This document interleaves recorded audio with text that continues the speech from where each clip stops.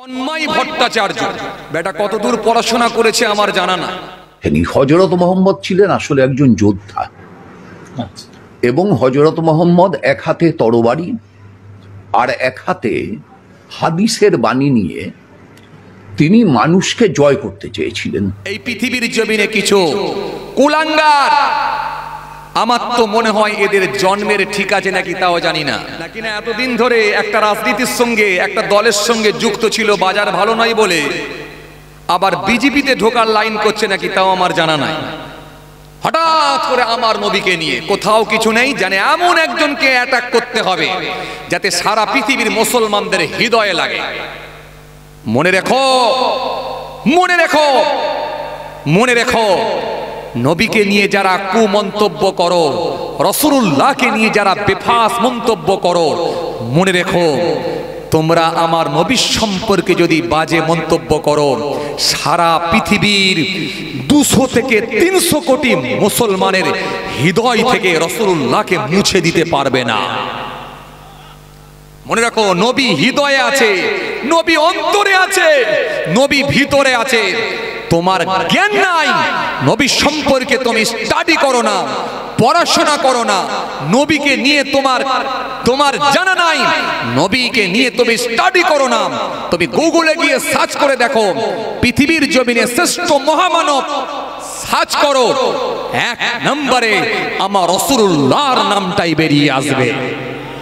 মনে রেখো, তোমার মতো কুলাঙ্গার আমার নবীর বিরুদ্ধে কথা বললেও আমার নবীর শান মানকে খাটো করতে পারবে না। মনে রেখে দিও, তুমি নবী সম্পর্কে তোমার স্টাডি নাই, পড়াশোনা নাই, তুমি বেফাস মন্তব্য করে দিলে, তোমার মুখে যা এলো তাই বলে দিলে। তুমি বলছো মুহাম্মদ সাল্লাল্লাহু আলাইহি ওয়াসাল্লাম নাকি এক হাতে নিয়ে তরোয়াল আর এক হাতে কোরআন নিয়ে নাকি প্রচার করেছে। তোমার কাছে এরকম কোন তথ্য আছে? বেয়াদব, বেয়াদব কোথাকারে! তোমার মতো মানুষগুলোর উপযুক্ত শাস্তি হওয়া দরকার। গণতান্ত্রিক পদ্ধতিতে প্রত্যেকটা মুসলমানের রাস্তায় নেমে এই সমস্ত কুলাঙ্গারদের বিরুদ্ধে তীব্র শাস্তি দাবি করা উচিত। মিডিয়া ভাইদের কাছে আমার অনুরোধ থাকবে, যারা মিডিয়ায় প্রচার প্রসার চালিয়ে যাচ্ছেন, যারা হিন্দি নিউজ করেন, হিন্দিতে যারা নিউজগুলো করেন, এগুলো ব্যাপকভাবে নিউজ করে দেন যাতে করে পাশ্চাত্য দেশের মানুষ দেখে, আরব, দুবাই, বাংলাদেশ, পৃথিবীর বিভিন্ন মুসলিম কান্ট্রির মানুষের কাছে যেন পৌঁছে যায়, যাতে করে এমন ভাবে রাস্তায় নামবে, এমন ভাবে রাস্তায় নামবে, এমন ভাবে প্রেসার দেওয়া হবে যাতে করে এই কুলাঙ্গারগুলোর উপযুক্ত শাস্তি হওয়া দরকার। বেয়াদব কোথাকারে! তুমি জানো নবী হাতে তরোয়াল নিয়ে কোরআন নিয়ে প্রচার করেছে, একটা জায়গায় তোমার তথ্য দেখাতে পারবে? উইদাউট তথ্য ছাড়া কথা বলো, উইদাউট তথ্য, তোমার কাছে কোনো তথ্য নাই। টাইসনের মতো মানুষ, গ্যারি মিলারের মতো মানুষ, ওয়ার্নার ক্লাউনের মতো মানুষ, দলাই লামার মতো মানুষ, জজ বার্নেশ্বরের মতো মানুষ, উইলিয়াম মুরের মতো মানুষ, কেসিয়া স্কেলের মতো মানুষ, সিসি দাসের মতো মানুষ, মাইকেল জ্যাকসনের মতো মানুষ, পৃথিবী বিখ্যাত মানুষ যারা পৃথিবীর জমিনে পপুলার হয়ে গিয়েছিলেন, যাদের জনপ্রিয়তা গোটা পৃথিবী জুড়ে, এই সমস্ত হায়ার এডুকেটেড মানুষগুলো তারা আমার নবীর আদর্শের কাছে মুগ্ধ হয়ে গেল। মুহাম্মদ সাল্লাল্লাহু আলাইহি ওয়াসাল্লাম has been the most practical and most successful of all prophets, এটা বলতে তারা বাধ্য হয়ে গেল। তুমি নবীর বিরুদ্ধে সমালোচনা করো। মনে রাখবেন, মনে রাখবেন, মনে রাখবেন, যত দূর হাত যায় তত দূর চুলকাবেন, তার বেশি চুলকাতে যাবেন না। তার বেশি চুলকাতে গেলেই অঘটন ঘটবে। নবীকে নিয়ে যদি কোনো বাড়াবাড়ি করেন, মনে রাখবেন আজও সারা পৃথিবীর 250 থেকে 300 কোটি মুসলমানের হৃদয়ে হৃদয়ে হৃদয়ে যারা জায়গা দিয়েছে নবী মুহাম্মদ সাল্লাল্লাহু আলাইহি ওয়াসাল্লামকে, মনে রাখবেন নবীর জন্য তৎকালীন সময়ে যেমন সাহাবায়ে কেরামেরা জীবন দিয়েছেন, নবীর জন্য আজও মানুষ জীবন দিতে প্রস্তুত আছে। মনে রাখবেন, নবী আমাদের ঈমান। কোরআন তা স্পষ্ট ঘোষণা দিয়েছে, ইয়া আইয়ুহাল্লাযীনা আমানু আমিনু আমিনু বিল্লাহি ওয়া রাসূলিহি ওয়াল কিতাবিল্লাযী নাযালা আলা রাসূলিহি ওয়াল কিতাবিল্লাযী আনজালা মিন ক্বাব ওয়া মান ইয়াকফুরু বিল্লাহি ওয়া মালাইকাতিহি ওয়া কুতুবিহি ওয়া রাসূলিহি ওয়াল ইয়াউমিল আখির ফাকাদ দাল্লা দালালান বাঈদ। মুসলমান ভালো করে শুনে রেখে দেন, আজ এই সমস্ত কুলাঙ্গারগুলো কখনো তসলিমা নাসরিন, কখনো আপনার কি বলে আপনারা জানেন, এই কখনো আপনাদের জানা আছে নূপুর শর্মা, আপনাদের জানা আছে এই সমস্ত কুলাঙ্গারগুলো আমার নবীকে আক্রমণ করে ফেমাস হতে চায়। মনে রাখবেন, এই ফেমাস হয়ে কোনো লাভ নাই। যেদিনে এমন ভাবে ছড়িয়ে যাবে, সারা পৃথিবীর মুসলমান যখন রাস্তায় নামবে, তখন মনে রাখবে তোমার এমন চরম শাস্তি দেয়া হবে, সেদিনে কিন্তু জায়গা খুঁজে পাবে না। সাবধান করে দিলাম, নবী নিয়ে বাজে কথা বলতে যাবেন না। নবী আমাদের হৃদয়, নবী আমাদের অন্তর, নবী আমাদের ভালোবাসার যায়, নবী আমাদের ভালোবাসা, নবী আমাদের হৃদয়ে আছেন, নবী আমাদের অন্তরে আছেন, নবী আমাদের ভিতরে স্থান পেয়েছেন, জায়গা পেয়েছেন। নবী সম্পর্কে বাজে মন্তব্য করতে যাবেন না। সাবধান হয়ে যান, সাবধান হয়ে যান। কোন রাজনৈতিক দল যদি আপনার ভালো না লাগে, ভিন্ন রাজনীতি দলেতে যদি আপনি যোগ দিতে যান, সেটা আলাদা কথা, ভিন্ন কথা, কিন্তু নবীকে আক্রমণ করে ফেমাস হওয়ার চেষ্টা করবেন না, চেষ্টা করবেন না। সেকুলার মানুষেরা রাস্তায় নামবে, হিন্দু মুসলমান রাস্তায় নেবে, মনে রাখবেন এমন ভাবে গণতান্ত্রিক পদ্ধতিতে শাস্তির দাবি করবে, তখন কিন্তু আপনি নিরুপায় হয়ে যাবেন, আর কোনো রাস্তা খুঁজে পাবেন না। তাই কোরআন স্পষ্ট ঘোষণা দিয়েছে, ইয়া আইয়ুহাল্লাযীনা আমানু ইসতাজিবু লিল্লাহ ওয়া লিরাসূল ইযা দাআকুম ইয়া আইয়ুহাল্লাযীনা আমানু লা তারফু আসওয়াতাকুম ফাওকা সাওতিন নবী। কোরআন এক জায়গায় নয়, একাধিক জায়গায় তার হাবিবুল্লাহর শান নিয়ে আল্লাহ তুলে ধরেছে। এই জন্য মনে রাখবেন, সারা পৃথিবীর মুসলিম কমিউনিটির মানুষ যারা আছেন, সে রাসূলুল্লাহকে মডেল হিসাবে মেনে নিয়েছেন। নবী হলেন তাদের জন্য মডেল। নবী যে রাস্তা দেখাবে, সেই রাস্তাটাই আপনাকে, সেই রাস্তা ধরেই আপনাকে অগ্রসর হতে হবে, সেই রাস্তায় আপনাকে ধাবিত হতে হবে। কারণ মনে রাখবেন, নবীর দেখানো রাস্তাটাই হলো জান্নাতের রাস্তা। এজন্য রাসূলুল্লাহ হলেন আমাদের হৃদয়, নবী হলেন আমাদের হৃদয়, নবী হলেন আমাদের জান, নবী হলেন আমাদের আত্মা। কিন্তু বড় দুঃখ লাগে, এই পৃথিবীর জমিনে কিছু কুলাঙ্গার, এই পৃথিবীর জমিনে কিছু কুলাঙ্গার, আমার তো মনে হয় এদের জন্মের ঠিক আছে নাকি তাও জানি না, আমার রাসূল সম্পর্কে বেফাস মন্তব্য করে, আমার নবী সম্পর্কে নানা রকম কটু কথা বলে, রাসূলুল্লাহকে নিয়ে নানা রকম মন্তব্য করে, নবীকে নিয়ে বেফাস কথাবার্তা বলে, নানা রকম মন্তব্য করে। এই পৃথিবীর জমিনে কিছু মানুষ আছে, কিছু নাস্তিক মুসলমান, আবার কিছু নাস্তিক যারা নিজেদেরকে মুসলমান বলে দাবি করে, এরকম কিছু নাস্তিক মার্কা মুসলমান আর কিছু নাস্তিক, তারা আমার নবীকে নিয়ে এমন এমন কথা বলে। মনে রাখবেন, সারা পৃথিবীর নবীর প্রেম যাদের মধ্যে আছে, তাদের হৃদয়ে আঘাত লাগে, তাদের অন্তরে আঘাত লাগে। হাই মুসলিম তো জাগলি না, প্রভুর ডাকে সবাই জাগে। হাই মুসলিম তো জাগলি না, বেবর গোবে কুমির রইলি গুমকিরে তোর ভাঙল না। প্রভুর ডাকে সবাই জাগে, হাই মুসলিম তো জাগলি না, প্রভুর ডাকে সবাই জাগে। হাই মুসলিম তো জাগলি না। আল্লাহুম্মা সাল্লি আলা, আওয়াজ দিয়ে পড়েন। মোহাব্বতে পড়েন ওয়ালা আলি মাওলানা শিয়াল ডাকে গে হো আর হো, কোকিল ডাকে গে কো কো, শিয়াল ডাকে গে হো আর হো, কোকিল ডাকে গে কো কো, সবাই ডাকে আপন ভাষায়, হাই মুসলিম তো ডাকলি না,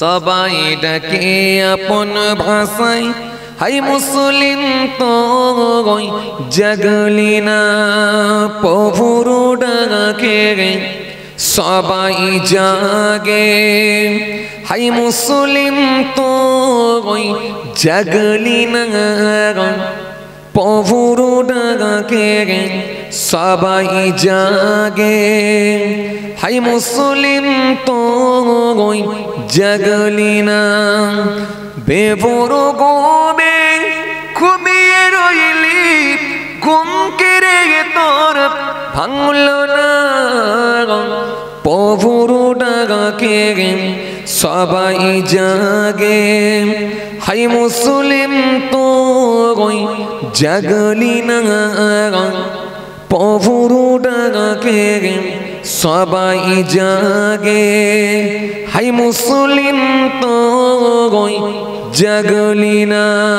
আল্লাহুম্মা, এই উড়ে করে একবার করে গেলেই হয় আপনাদের দোয়ায়। আবার এই কদিন পরে ফেরে ইলাহাবাদ, আপনাদের দোয়া, অন্য কিছু না।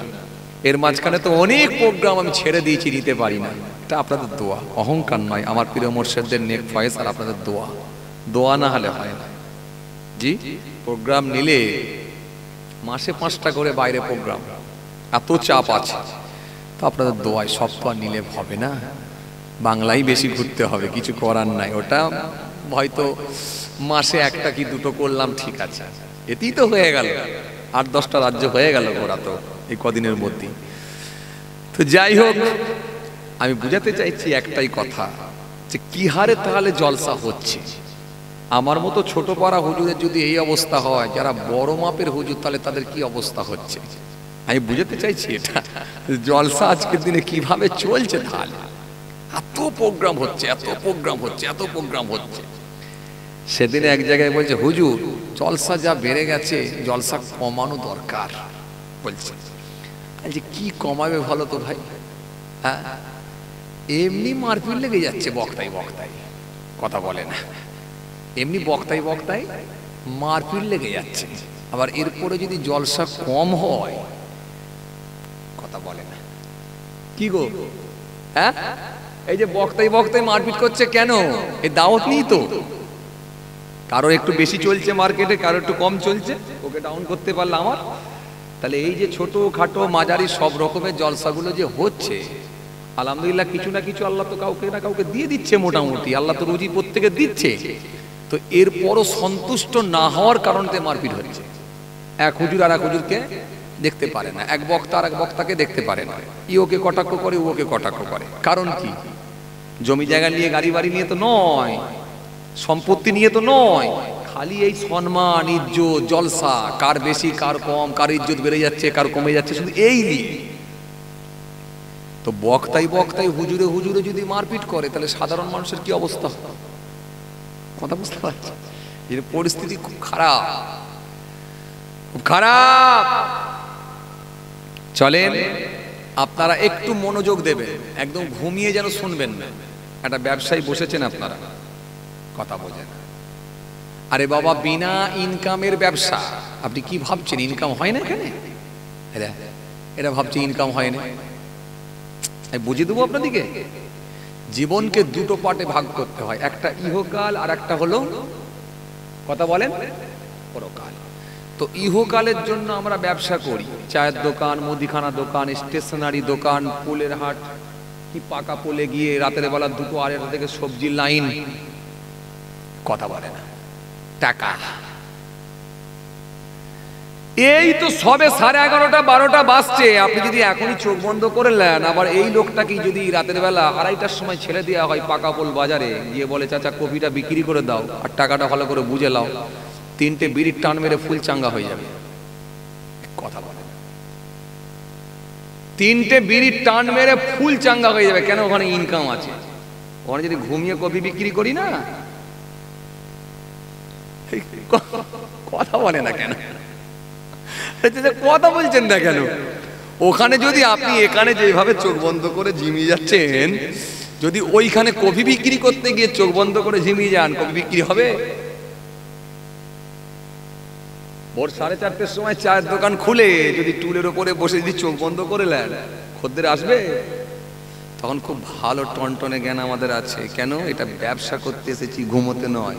ইনকাম। কথা বলে না, কথা বলে। আর নবীর মজলিসে এসে বসে যদি ঝিমিয়ে পড়েন, এটাও কিন্তু টনটনে জ্ঞান রাখার দরকার। এখানে আমরা ব্যবসা করতে এসেছি, অর্থাৎ টাকা না থাকলেও কিন্তু ইনকাম করতে এসেছি। সেটা কি? নেকি। এমনি নয়। এখানে সব কামাতে এসেছি, নেকি কামাতে এসেছি, এমনি নয়। এটা কথা বলে না। জীবনকে তো দুটো পার্টে ভাগ করতে, একটা ইহকাল আর একটা পরকাল। ইহকালের জন্য টাকা, কবরে গেলে ফাঁকা, মরে গেলে দরকার শুধু আমল, না হলে গন্ডগোল। তো আপনি যখন এখানে বসে কিছু ইনকাম করছেন, নেকি সঞ্চয় করছেন বা তুলে নিচ্ছেন, তাহলে গুরুত্ব দেওয়া দরকার আছে না নাই? আপনি নিজেই যদি চোখ বন্ধ করে শুয়ে পড়েন, তো আল্লাহর ফারেস্তারা বলবো, আল্লাহ কি লিখবো, তোমার বান্দা তো ঘুমিয়ে পড়ছে। কথা বলছেন না কেন? হে লাল টুপি, কথা বলে না কেন? আল্লাহ কি লিখবো? ও তো নিজে ঘুমোচ্ছে, সব লিখবো? এই জন্য এটা ব্যবসার জায়গা, এখানে কিন্তু ঘুমাবেন না, ঘুমাবেন না। ফুল চাঙ্গা থাকবে, ফুল চাঙ্গা থাকবে। যতবার সুবহানাল্লাহ পড়বেন, দরুদ শরীফ পড়বেন, আলহামদুলিল্লাহ শরীফ পড়বেন, আল্লাহু আকবার বলবেন, আল্লাহর নামে তাসবিহগুলো পড়বেন, নিশ্চিতভাবে 100% জেনে রাখবেন, আমার আল্লাহ আপনার নেকির খাতায় সওয়াবের হকদার করবেন। নিশ্চিতভাবে আল্লাহ আপনাকে সওয়াবের হকদার করবেন। যতবার আপনি সুবহানাল্লাহ, আলহামদুলিল্লাহ, আল্লাহু আকবার এই তাসবিহগুলো পড়বেন, আল্লাহ আপনাকে বঞ্চিত করবে না। 100% আল্লাহ আপনাকে সওয়াবের হকদার করবেন। এজন্য এই মাহফিলে যখন বসবেন, প্রত্যেকটা জায়গায় যখন যাবেন, নেক নিয়েতে যাবেন এবং ফুল চাঙ্গা থাকবেন। যেদিনে মন চাইবে না, শরীর বয়ে না, বাড়িতে ঝগড়া হয়েছে, ছেলের হাইব্রিড ঘুষি খেয়েছে, সেদিনে যাওয়ার দরকার নেই। এই কথা মনে বোঝে না। সেদিনে যাওয়ার দরকার নেই। যেদিনে যাবেন ফুল চাঙ্গা থাকবেন, ফুল চাঙ্গা থাকবেন। কেন? এখানে নেকি কামাতে এসেছেন, এখানে কিন্তু পরের পাঠটা চলছে। এটা ইহকাল না হলো পরকাল, এটা পরকালের পাঠ। এই পরের পাঠটা আপনি তুলতে এসেছেন, এখানে নেকি কামাতে এসেছেন। এখানে বেকার আসেননি, লসে রান করবেন না। কথা ক্লিয়ার? কথা ক্লিয়ার? চলে আলোচনায় এগিয়ে যায়। মাশাআল্লাহ, আলহামদুলিল্লাহ, জলসা মাহফিলটা আজকের দিনে খুব বেশি বেশি হচ্ছে। জলসা হওয়া ভালো, তবে মনে রাখবেন, জলসা শুনে যে ব্যক্তিটা হেদায়েতের জায়গায় আসতে পেরেছে, সেটা হলো আরো ভালো। জলসা শুনে যে ব্যক্তিটা হেদায়েতের জায়গায় আসতে পেরেছে, সেই ব্যক্তিটা আরো ভালো। কেন? মনে রাখবেন, নবী জানিয়েছেন, মাজলিসু ফিকি খায়রুন মিন ইবাদাতি 60 সানাত। আল্লাহর নবী বলেন, 60 বছর নফল ইবাদত করার থেকেও একটা দিনই মাজলিস হলো আল্লাহর কাছে উত্তম। জোরে হবে না? আরো জোরে হয় না? 60 বছর নফল ইবাদত করার থেকেও একটা দিনই মাহফিল হলো আল্লাহর কাছে উত্তম, আল্লাহর কাছে প্রিয়। চলেন আজকে খাস মাহফিল আমার এই কৃষ্ণবাটি, তাই তো নাকি? কৃষ্ণবাটি গ্রামে যুবক ভাইদের প্রচেষ্টায়, আপনাদের সকলের সহযোগিতায় প্রতি বছরই মাহফিল হয়, খাস মাহফিল। আলহামদুলিল্লাহ, আমি গুনাহগার, প্রতি বছরই থাকি। আল্লাহ নিয়ে আসেন। এই চত্বরে অনেক প্রোগ্রাম করি, আপনারা জানেন। চলেন আজকে খাস গোটা কতেক কথা বলে যাই, খুব কষ্ট আপনাদেরকে দেবো না। চলেন এই জায়গায় যখন বসবেন, গুরুত্ব দিয়ে শুনবেন। একটা বললাম, আর একটা দিক বললাম। আর একটা দিক হচ্ছে, জীবনে আর একটা দিকের লক্ষ্য রাখবেন। আমল যাই হোক, সেটা কিন্তু আল্লাহর সন্তুষ্টির জন্য হোক, ছোট হোক বড় হোক মাঝারি হোক যাই হোক, আল্লাহর সন্তুষ্টির জন্য হোক। কেন? মনে রাখবেন, সব আমল কিন্তু আল্লাহর দরবারে যাবে না। বান্দার আমলের পাহাড় থাকবে কিন্তু আল্লাহর দরবারে যাবে না। আমল যাওয়া কিন্তু খুব কঠিন, খুব ভালো করে বুঝবেন, আমল যাওয়া কিন্তু খুব কঠিন। আর আমল না করলে কি জান্নাতে যাওয়া যাবে? আরে কথা বলে না। কোরআন শরীফের মধ্যে আল্লাহ বলেছেন, ইন্নাল্লাযীনা আমানু ওয়া আমিলুস সলিহাত কানাত লাহুম জান্নাতুল ফিরদাউসি নুজুলা। নিশ্চয় যারা ঈমান এনেছে এবং সৎ কর্ম ভালো কাজগুলো করেছে, আল্লাহ বলছে তাদের জন্য রয়েছে আমার জান্নাতুল ফিরদাউস। তাহলে এটা কিন্তু আপনারা জানেন, ঈমান এনেছেন, ঈমান এনে আমল করতে হবে, এটা জানেন, কিন্তু কোন আমল আল্লাহর দরবারে যাবে এটা জানেন না। জানেন? কথা বলে না। ওই যে কোন আমল আল্লাহর দরবারে যাবে এটা জানেন? আপনাদেরকে সব হুজুররা একটাই কথা বলে, আমল করুন বাবা, আমল করুন, আমল করুন, আমল করুন, আমল করুন, আমল করলে তবে জান্নাতে যেতে পারবে। এটা সব হুজুররা একটাই কথা বলে, কিন্তু কোন আমলটা যাচ্ছে না এটা কিন্তু বলে না। খুব গুরুত্বপূর্ণ পয়েন্ট। সব আমল কিন্তু যাবে না, এটা মনে রাখবেন। সব আমল কিন্তু যাবে না, রিটার্নও আসতে পারে, মাঝপথে আটকাতেও পারে, আবার ওপরে নাও যেতে পারে, সেটা আল্লাহ আলাম, আল্লাহ ভালো জানে, আমি বলতে পারবো না। তবে এটা বলতে পারি যে সব আমল কিন্তু যাবে না। তাহলে আজকের আলোচনা এটাই হোক, কোন আমলগুলো যাচ্ছে না, রিটার্ন আসছে, এটাই হোক। তাহলে আসেন এই ছোট্ট টপিকের উপরে কিছু আলোচনা। আসেন, কোন আমল যাচ্ছে।